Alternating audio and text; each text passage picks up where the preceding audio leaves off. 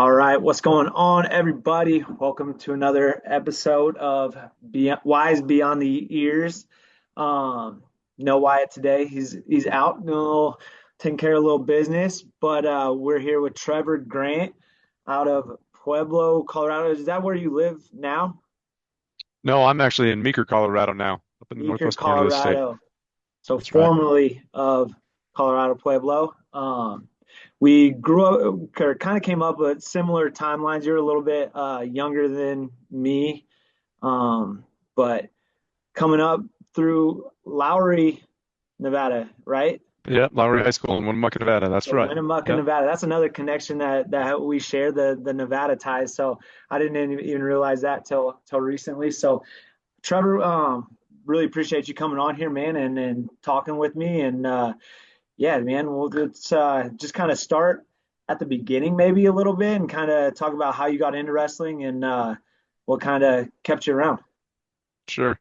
Well, first, man, I just want to say thank you for having me on. I know you're doing a lot of good things with the sport of wrestling, and you just got the new head coach position at Northern State. That's so awesome. Yeah, man. Uh, and what you're doing with the podcast, The Wise Beyond the Years, it's I just think it's so cool because the translation from wrestling to real life and everything beyond that is just that's where it's really at. And I see you guys making an impact and trying to spread that for other people to share. And I just think it's really awesome. So Yeah, man. Like, I mean, for me, like, it's really just a combination of everything that I've taken away from the sport, and I've been lucky enough to be around some amazing people, and a lot of like my coaching mentalities and my approach to the sport has come through conversations like this, whether it was after a camp, sitting around a bonfire with Lee Pritz, like, or just sitting around picking the brains of like Doug Schwab or Lee Roper right after camp, and just talking to them not only about positions in wrestling, but just the the relatability that so many things that we do that carry over into real life, into decision making skills that actually matter. You're a father of three, like, you get it, man. Like, yeah, your decisions have higher consequences now, and they mean more than just you having a minor setback for yourself. Like, if you don't put thought into the things that you're doing, then there's other people that are relying on you to make those good decisions. So just and there's so many people in wrestling that have different backgrounds and different perspectives, and the more that we can pull those out and get them to light, I think the better off we'll all be. 100%. And just a little bit, you and I have talked even right before this call. I know we'll get into some great things on that. So you asked how I got into wrestling. To be honest, I we just moved to Winnemucca when I was really young, and my parents were trying to keep me as busy and involved in the community as we could. Neither of my parents wrestled, and I just fell in love with it. I fell in love at my parents put me in. I think we had like a 3 week season when I was ages 5 and 6, and then when I was about 7 years old, we started really going more 3, 4 months at a time, and then progressed into when I got into high school. I started wrestling more in the off season as well, and um, so there's not really like a crazy story getting me into it. I just fell in love with it. Just fell in love. It was awesome. That's what so like, was it because of the coaching? Was it because of the environment? Like, what hooked you in? Because I know, like, for me, and I've actually had to like come back to this a time or two throughout my career. Like, I wasn't good right away at wrestling. Like I took some L's for a while, and so like the winning piece didn't suck me in. Like, I wasn't immediately into it because I just started winning. And like, my mom, and I've told this story before, but my mom, had this conversation with me that was super impactful. Like right around my sophomore year of college, and she just was like, just think about like why you started it and why you kept doing it. Like, wrestling is so taxing. Like, if you focus on like the immediate problems, you're always going to find them. And she just encouraged me to think about like my upcoming with wrestling, and like what I've settled back on for me was like the environment that I was in. I was around my friends, like just going in there, like we were trying to get better at wrestling, but it was a pretty low key environment. And they just allowed us to learn and to fall in love with the sport through each other, and just being able to spend that quality time with each other, just doing something that we didn't really even know was that hard at the time, but like it eventually you get to the point where you're sharing that struggle. Absolutely. So, what hooked me is I got to give a big shout out to my brother, actually. He was involved in the sport. He started at the same time I did. He's a couple years older than I did, but he really dove in sooner than I did. And just seeing him as I was growing up, seeing him just have the work ethic and the drive, and he created a natural community around me. Like he had his buddies that were his age, and they all those older guys took me under their wing, and I just loved it, and I ate it up. And we had really great coaches too that pushed us and pushed us beyond what we thought we could do. And I got addicted to that. It sucks in the minute, and then when you're done with it, you look back like, oh wow, that was awesome to go beyond what we thought. And so I'd say the combination of those two things are the probably the biggest reasons I got hooked at a young age. Yeah, and I mean that's such a valuable thing to learn, especially if you can pick it up at a young age, is understanding like all the good things that you want, all the things that really are gonna, be fulfilling. That they're on the other side of struggle. They're on the other side of tough times, right? Like too many times, and I'm sure you've seen this plenty of times as well. Just you see a person, not even necessarily a wrestler, come up face to face with those tough times and face to face with those struggles, and that's where it ends. And it's like, dang it, man! Like on the other side of that, like if you would have just pushed a little further, like we've all seen that meme, right? The guy's digging, digging, digging, digging, and then he's turns back around.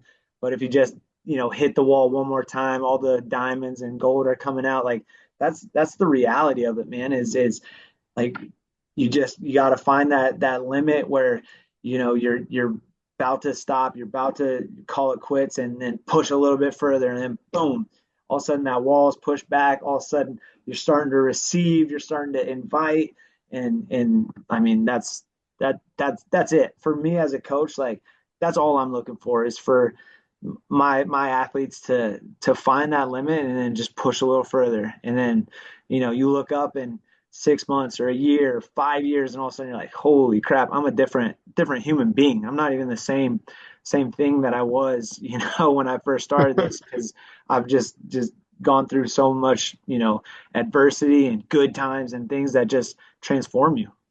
Absolutely. And that's actually one thing I was hoping we'd touch on today, so I'm glad you brought it up. That's a skill set that I learned from wrestling, and that's part of what got me hooked. But really, so um, post college now, like fast forward, skip a bunch of wrestling stuff into me being a father and a business owner, and just growing through the business struggles. Is there's been a handful of times where I could have easily just given up on the business side, stopped moving forward, stopped trying to achieve more. Um, and it would have been like the easy route, but it really wouldn't be maximizing the potential that God's given me. And I actually translate it to or relate it to wrestling, kind of thinking about it's like that overtime match where it's just a little bit more, or really tight match where you got to just keep pushing a little bit, and then right on the other side of that is where you get the sweet spot in business. One story that I can think of is, I mean, any business owner that was running a business during COVID, like sucked, sucked. Like my daughter was born, and I was like one of the last dads let into the hospital. And right before that, like a week before that, I signed on a loan to ex a massive expansion in our business. And I was kind of questioning the loan anyway, just the apprehension going into carrying more debt and taking that risk step. And so she was born, and then a week after she was born, we got shut down, and I couldn't work, and I didn't know when I was going to be able to work, and I just acquired all this new debt. Um, and there were some ways that I could have gotten out of it, but just like taking that step of faith forward and having the willingness to keep moving forward. And now we've had other bumps along the way, some recent ones too, but our business has tripled what it was since then. And just that mindset of being able to push through the adversity that I learned from wrestling translating directly into business is like it's awesome. That's just one story of many of them. Yeah, yeah, man. I mean, that's the key, right? And like, I mean, relating it back to the COVID times, man, because that's I was in Reno, Nevada at the time. That's I had a club out there, and I didn't know what it looked like to like. I mean, we just opened our doors and then got them shut kind of in our face. Um, and so I didn't know what it looked like to make it happen or to keep going, but I just knew I was like, there's going to be a lot of people right now that are gonna they're not going to bet on themselves. They're going to wait and see what's going to happen. I was like, the people that come out of this time on top are the people that just keep moving, right? And it wasn't big moves. It wasn't things that were really like changing the game or anything like that. But it was just like find a way to move forward each day, find a way to add some value to these kids' lives and give them something to work for. And luckily, like I had some awesome people around me in Nevada that we worked with that made it possible to. I mean, we were able to do some cool things, and now that club is still going, and Chase Pammy's bought it, and it's Yeah. going really well. And it's like, like for a minute it was like same thing, like, well, shoot, I just just moved my family all the way out here. Like I kind of was foreseeing this working out. And but like you said, man, there's just like bet on yourself, trust that the work that you're doing is valuable, and find a way. Yeah, you said something actually that's gold in there.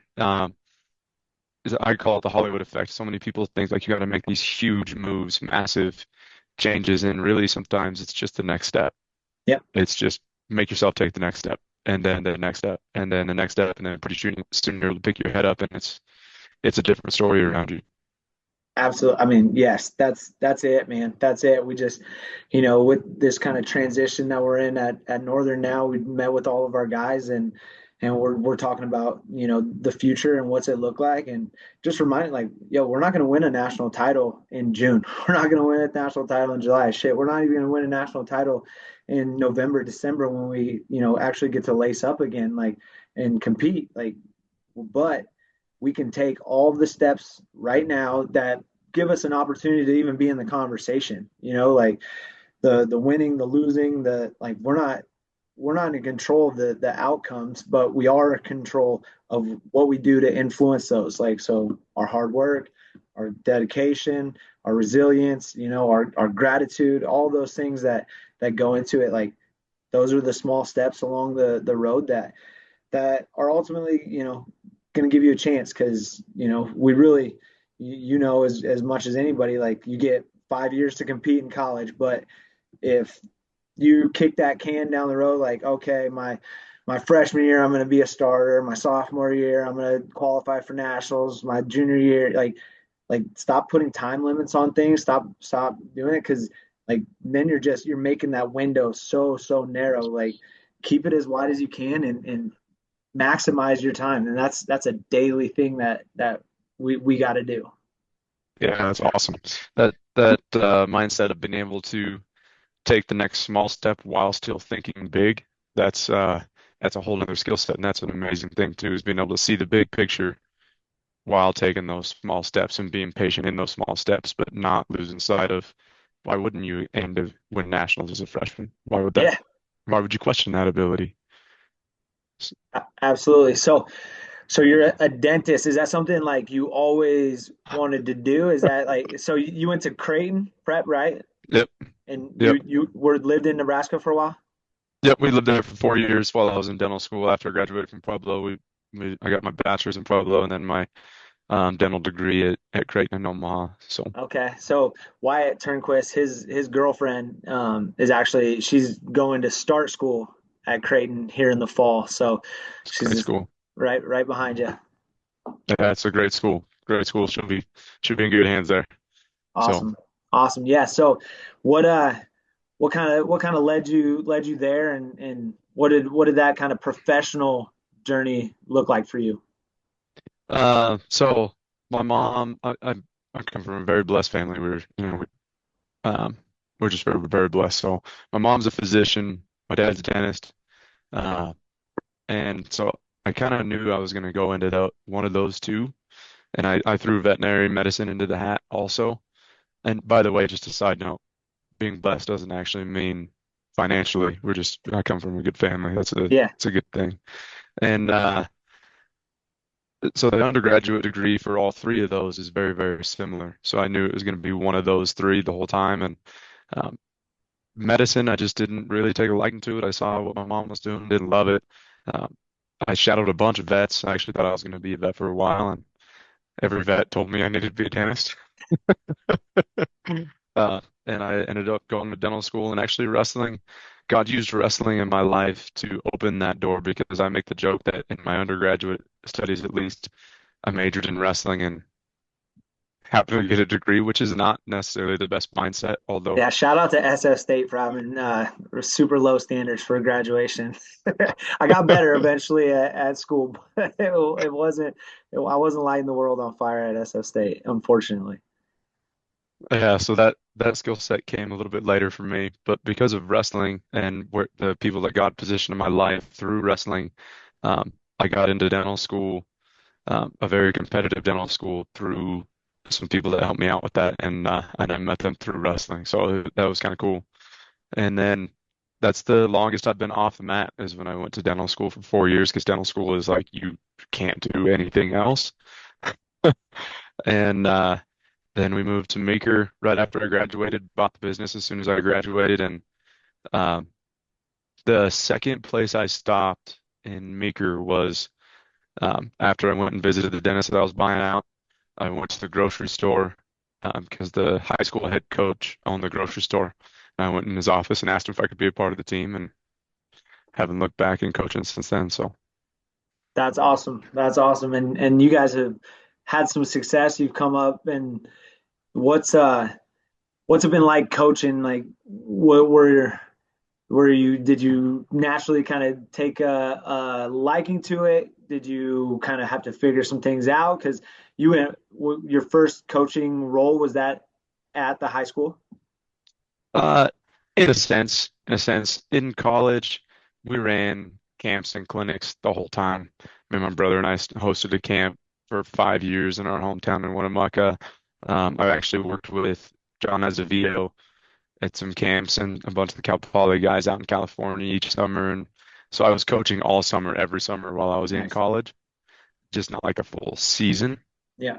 So stepping into that assistant role here at the high school was my first like season of coaching. And we had that year, I think we had like three, four kids qualify for state. And then um, I had a great mentor, JC Watt. He wrestled for University of Wyoming, and he just taught me a lot of great things. And he stayed on actually the whole time that I did. And we added more great coaches like Striker Lane, Nate Lee. In our last year, right after we added those guys, we actually ended up winning state. And then I stepped down, JC stepped down, and Striker Lane and Nate Lee took the program over. But during that time period while I was coaching the high school, I was also coaching our Pee Wee club, helping at the middle school. And so now I've stepped away from that and I'm just coaching at our competitive club that my brother started. So I run our Pee Wee club. It's like an intro free program for real little wrestlers. I love that. It's tons of fun. Everybody's brand new to the sport. And then I'm helping run our competitive club that's feeding the middle school and high school past that. And is that exposure? No, so that's actually Athlos. Exposure's Okay. brand new, and it's not even a club. Um, but it feeds off of, I told you, I love all the little guys and girls now, brand new to the sport, brand new families to the sport. So Exposure is, um, it's an online platform. We're not going to have a brick and mortar setup. It is designed for families to unite around wrestling. And our primary target is anybody that's brand new to the sport of wrestling, and families brand new to the sport, but also any family can benefit from it. And some of the things that we're going to drop into it, you know, tie a ton into mindset around what it means to be a parent over a wrestler, whether you have had any experience in wrestling or not. Like I said, my parents didn't wrestle. My wife didn't wrestle. She's highly involved in our kids wrestling.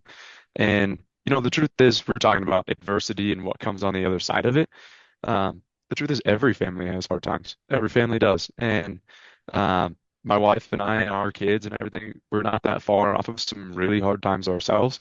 And through those, actually, my son just fell in love with wrestling.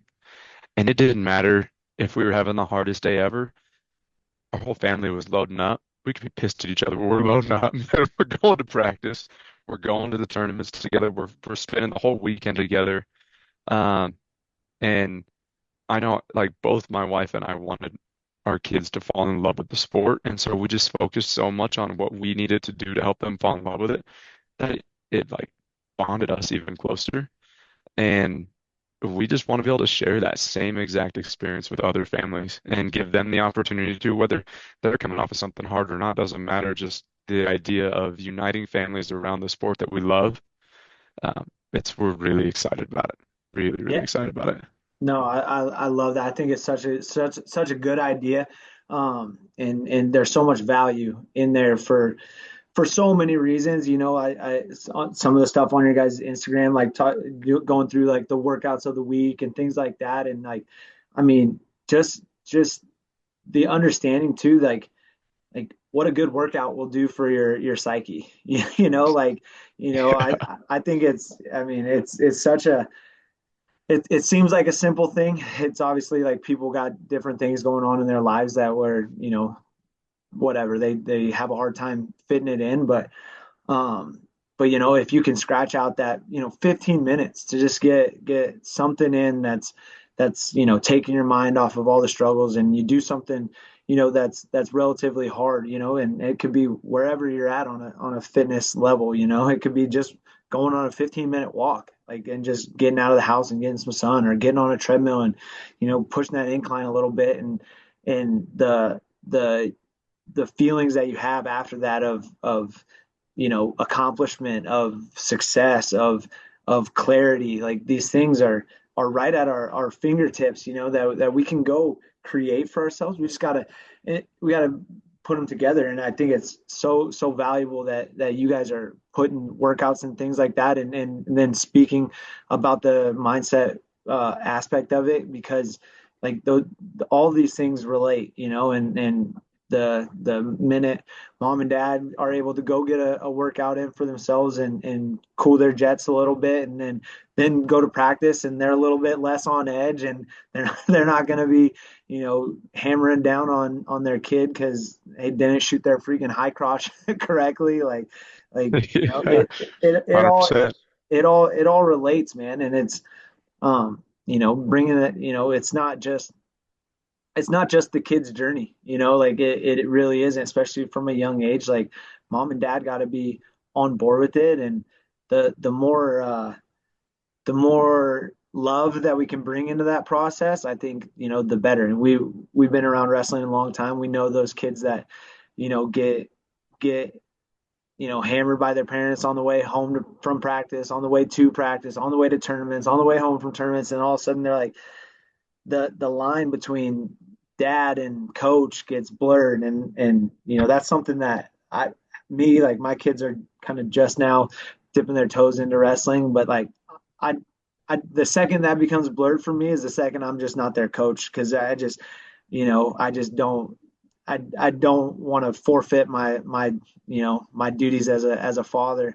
And I've had some amazing mentors that hopefully I can bypass some of those tough moments, but they're always going to be there.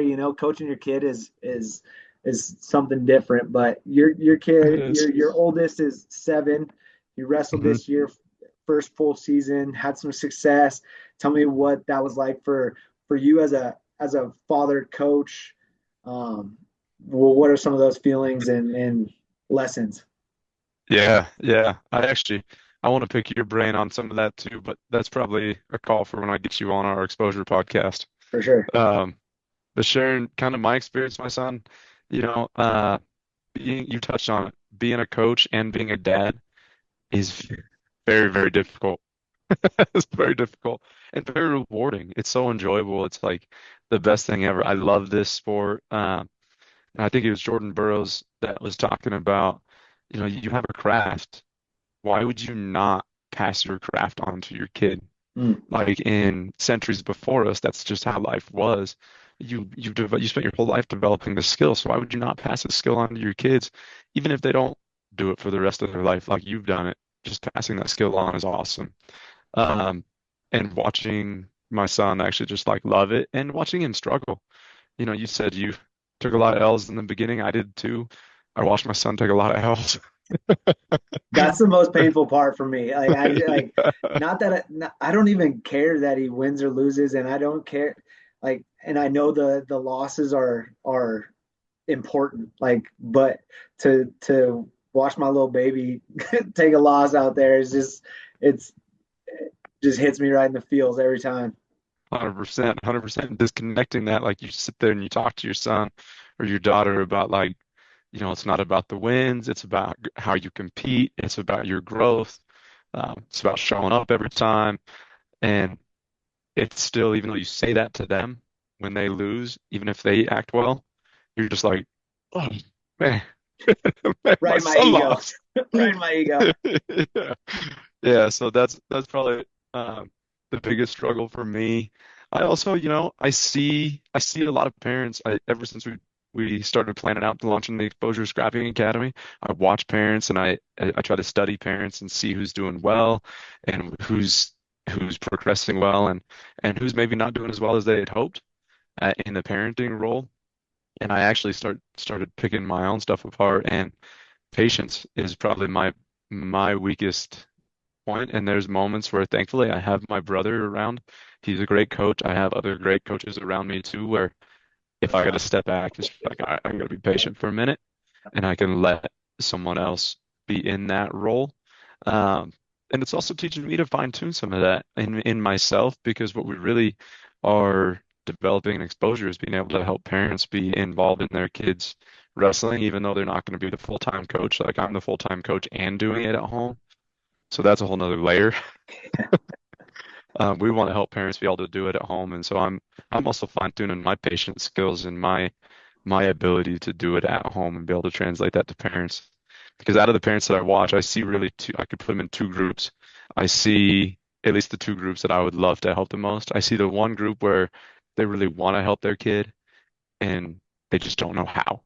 Yeah. And so it comes out in emotion and it comes out in like saying things that are incorrect or just getting really loud and whatever, or and just overexcited, and that's not as productive as it should be. And then I see the other side where and it comes from the exact same place. They want the best for their kid, but it comes out in frustration or anger, like you're saying, they're pissed at them because they didn't hit their high crotch right. And it's like both of those things just can be channeled so much more productively, and we've got a lot of things coming down the line for parents to be able to do that. And then on the people that they don't know anything about wrestling, they don't know how to help their kid. Maybe they've just been out of the sport too long, or they were never in the sport. There's a whole, we call it our non-negotiable mechanics side of it, and we're building out like a technique platform. We've got a lot of it built already, where it's not, you know, this dogmatic technique where you do our moves our way and that's it. It's just like non-negotiable fundamental mechanics, very, very basic, simple things that if a parent can help their kid get like their knee over toe in their drive or position their head right in their penetration step, and then their coaches can give them their style and teach them their crazy technique and all the advanced stuff. So it really has both sides of it inside of the exposure app. That yeah, that I mean that's awesome, man. I think that you guys are putting something together that I mean it could have a massive impact on youth wrestling and what it means to be a parent in the sport, to be a family in the sport. Like I think you guys talk about that a lot. I mean it's real, right? Like wrestling families are built different. They gotta be, right? Because it's the ups and downs are and the swings are crazy at times. But if and the side of it that I think can be really special for you guys, just from my perspective, is just the community, right? Is creating a Yeah. community of families that you don't have to live in Colorado to be a part of this. You don't have to, be able to drive to our club to go do this. Like you can jump on Instagram or jump on YouTube and check these videos out and have that access and understand like okay, I'm not the only one going through this and I'm not, we're not the only ones struggling through, having to figure this out like, and frankly there's a lot of places that have youth wrestling programs that are just out away from really good coaching, right, and things like that. So to be able to kind of tap into that community, tap into the technique, tap into the lessons, like that's something that I can see being extremely valuable. No, thank you. Thank you for sharing that. We are really excited about it. It's in its infancy stages. We do have a lot of stuff coming down, so I really appreciate the support and the shout out in that. That's awesome. Thank you. And You bet. this is your podcast too. You're talking about making an impact on wrestling, like the wise beyond the ears thing. The whole concept you guys are getting at, where you're you're wanting to reach out to all these wrestlers that have gone on and been successful in some way, and success is defined differently for everyone, but and how it applies to everyone, that is also going to make a huge impact in the wrestling community. So that's awesome. Yeah, It's awesome. it kind of I've had kind of a couple different like podcast spinoffs that I've done, and selfishly I've always done it just because like I like talking to people, I like hearing people's stories, and I like just absorbing as much as I can, and it's really kind of spun into this where now we get to do it and to really spread the word and go because I've been lucky enough to gain a bigger platform kind of as I've gone on and like I'm standing on the backs of amazing people, so it would feel wrong to me if I didn't do whatever I could to help spread the word and help get some of these perspectives out there because they've shaped my life and brought so much, to me. Like I don't want to go to the grave with anything. I want to give as much as I possibly can back to the sport of wrestling, just back to the good people that are out there that can use it. Like that's the only thing that I am aiming to do. Yeah, I love it. I love it. That's awesome. You're talking about giving back, and then I know if you have the time, I know you said you wanted to talk about Jesse a little bit too, so we get to that. I just wanted to let you know it came to my mind while you were saying that. I've got a nephew in the club in Reno that you started, that Chase bought, and he's fallen in love with the sport. So Let's it's go. cool. It's cool. Let's go. That is freaking Yeah, awesome. I love to hear that, man. yeah, it's cool. That's great, man. Wrestling is such a, just a small community that, it when people are trying to do good things, like good people find it and that's how it grows. You know what I mean? Yeah, I love it. I love it. So you wanted to talk about Jesse Hillhouse. He's a national champ, that teammate of mine. So tell me what questions you have. No, yeah, I just thought it was funny that I got to meet Jesse a couple years back when he brought his team out to Georgia to compete and um yeah, what were you guys the same age? Real close. He's a year younger than me, You're actually. younger. Okay. Um, but he graduated before me. Took a little longer in school. I gotcha. What yeah, I guess I mean just you can just talk about him a little bit, Yeah, what you saw from him and he's doing some awesome stuff. He just competed at the Open he did. as well and he went big dog status. I got Yeah. no interest in dipping my toe in Uh, there anymore, but um yeah, just talk about him a little bit and everything that you guys went through. yeah, so he's a good friend of mine. We were real close when we were wrestling in college. That's how we got close. You know, I actually probably wouldn't have had someone walk by my side through a lot of the extra work that it took to become an All American. If it wasn't for Jesse, there was multiple mornings where we were the only ones on the treadmills in the mornings, the only ones in the weight room, in season, out of season. And so I can't think of someone else that just epitomized what it means to actually go all in. And it's funny you brought up the open and him wrestling there. My wife and I were talking about how the like high level wrestlers and even mid level wrestlers just there's just something about them that when you choose to do something, you go all in. You're just Hmm. like you're just like going all in.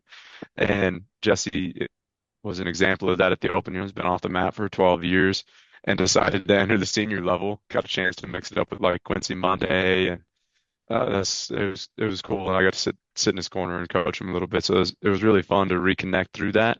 Um, Circling back to in college though, you know, he uh, he and I took some losses together too. We put all the work in together. We took some losses together. My sophomore year of college, we hosted the national tournament in Pueblo, Hmm. and he and I both qualified. He was ranked number one in the country at the time. So, Jesse and I, when we went into that tournament, it was a lot of hype. We were pretty young, mentally. We had mental growth to go through, and honestly, both of us just kind of tanked at that tournament, and neither of us even placed, and so it was pretty devastating. But where it circles back to that idea of going all in is, Jesse's pretty solid stacked guy in the off season, and he made a decision to go down one more weight class. He just felt like he was going to be more competitive, and it's like, dude, you can't make 25s. You can't make 25s, man. And he said, "No, I'm gonna do it. I'm gonna do it." And just watching the discipline that he had, um, I mean, he started 6 months before season even, and he just started making lifestyle changes that gradually got him there. And it was an inspiration to me. It was awesome. It was awesome, and just seeing that translate over was really really cool. And then he he came out and did a camp for us last summer, and we talked about it. He showed like a snatch single, and we were laughing about it because I watched him hit that thousands and thousands of times in practice, and that's what he won his national title within overtime was that shot. And we just kind of talked to the kids about that too. Is like 1,000 reps for one chance, 1,000 reps for one chance, and like don't cut yourself short by going 999 when you should be going 1,000. Um, so that is just really cool. It's really cool um, to have a guy like that that is that was able to go through college with you and push you and set a good example for you. And now, he's turned some things around in his personal life and he's doing great things, coaching Arizona Christian. And he's really, I got the chance to reconnect with him at the Open, and he's really got his life back on track. And it's like, it's awesome to see. It's awesome to see. Yeah, that I mean, so much of that is exactly what I love about this sport. Like just circling back to what we were talking about earlier is like, yeah, you can't win a national title in June, but you can lose a national title in June. By not making that decision. Not that he wouldn't have won it at 33 maybe, but like even if I mean, it probably wasn't even the changing weights that set him apart from everybody, right? It was the dogged mentality of like, yeah, like, dude, I'm working at this like right now when nobody else is even thinking about their weight class. Nobody else is even, hurting as like I'm hurting. Like I'm gonna channel this and I'm gonna put it back into all those reps, all the discipline, all the things that, when I take the stage on Saturday night, like you can't take the receipts I've got away from me, man. I've got all the receipts of all the parties I missed, all the extra runs I did, all the Yeah. extra reps I hit. Like you can't take that away. So like to me that adds that clarity and it adds that confidence. Like I'm as prepared as I can possibly be. Where, if you start later or kick the can down the road and like, oh man, what if I could have done that more? What if then all of a sudden that's where the anxiety and all the doubts come from is because you didn't prepare. Like those are valid feelings because you didn't earn the right to be calm right now. So I think that's so powerful, man. It's just, when you can see it live in person is even that much more powerful, because we don't have to necessarily go through the good or the bad times to learn from the good or bad times, right? Like somebody that you're super close with, or somebody that you see every day, like that's going through these things, like, man, learn those lessons, like the good and the bad. Because, I tell my guys all the time, like, I hope all the bad stuff comes right to my door. Like, I want to take it all on because I can take it on and then pass you guys the lessons. Like, if I could do that for everybody in my whole family, like I want all the bad times because then I want you guys to learn from them so you never have to feel that. Obviously, that's not realistic, but that's the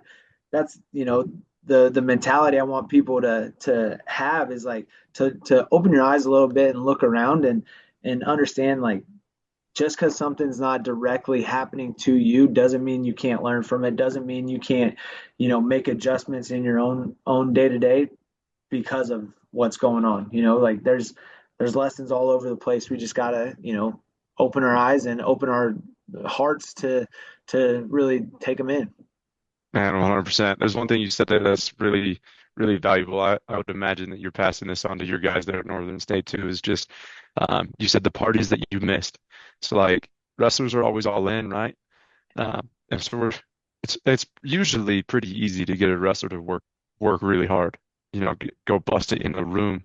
It's not as easy because wrestlers are all in to like sacrifice other things, skip the parties because that personality trait transitions into everything. So you could go on in the party scene too, and you could think you're working your butt off, but maybe you're not actually preparing the way that you should. Um, and so that was an example that I was grateful that I had Jesse too, because that year he and I both stepped out of the party scene, and we were kind of the only ones on the team that did, and it showed. It showed up, and so I would just encourage if any of you guys are listening to this at your college, like that matters just as much. Working really hard, doing the right things matters, but also not doing the wrong things matters just as much, if Yeah, not more. absolutely, If man. not Cause more. yeah, because ultimately, you can work out for X amount of hours a day, right? Like 4 or 5 at the most on a top end of really hard training, and you got 20 some odd other hours that you're doing. Like the the scale is not even. So like if you're not filling those other hours with viable options, like the distractions will find you. Like nobody is immune to that kind of thing. Like they'll find you. So A, you got to keep the right people around you, and then B, you just got to be systematic on what you're doing and how you're going to get there. Love it. Love it. Awesome, man. Well, yeah, kind of wrapping up, I guess here, but definitely tell everybody where they can follow you, you and Exposure Academy and Athos or Athos, Athos. Athos. Athos. Yeah. Yeah. What where can everybody go to find more information about all that? Absolutely. So me personally, I've chosen it's a little bit countercultural. I don't have any personal social media Jealous of in that. any way. Um, but I do have access to it through my wife's account. That's how we launched the Exposure Scrapping Academy. So for the Exposure Scrapping Academy, they're talking about uniting families through wrestling, these new families to wrestling, or further along that you just want to pick up nuggets. You can find us right now. You can find us on Instagram and Facebook at the Exposure Scrapping Academy. Brand new stuff. App's going to drop really, really soon. I had a call this morning to kind of get that wrapped up. And then Athlos is the wrestling club, the competitive club that I referenced earlier that my brother started. And so there's also social media stuff for that, and that's our local club that um, we actually we're comprised of about 3 different towns right around here, so you can find that on social media. And it's a fairly young club, but we're up and coming. We got some kids coming up that'll start making waves in Western Colorado and then beyond. So it's going to be a lot of fun.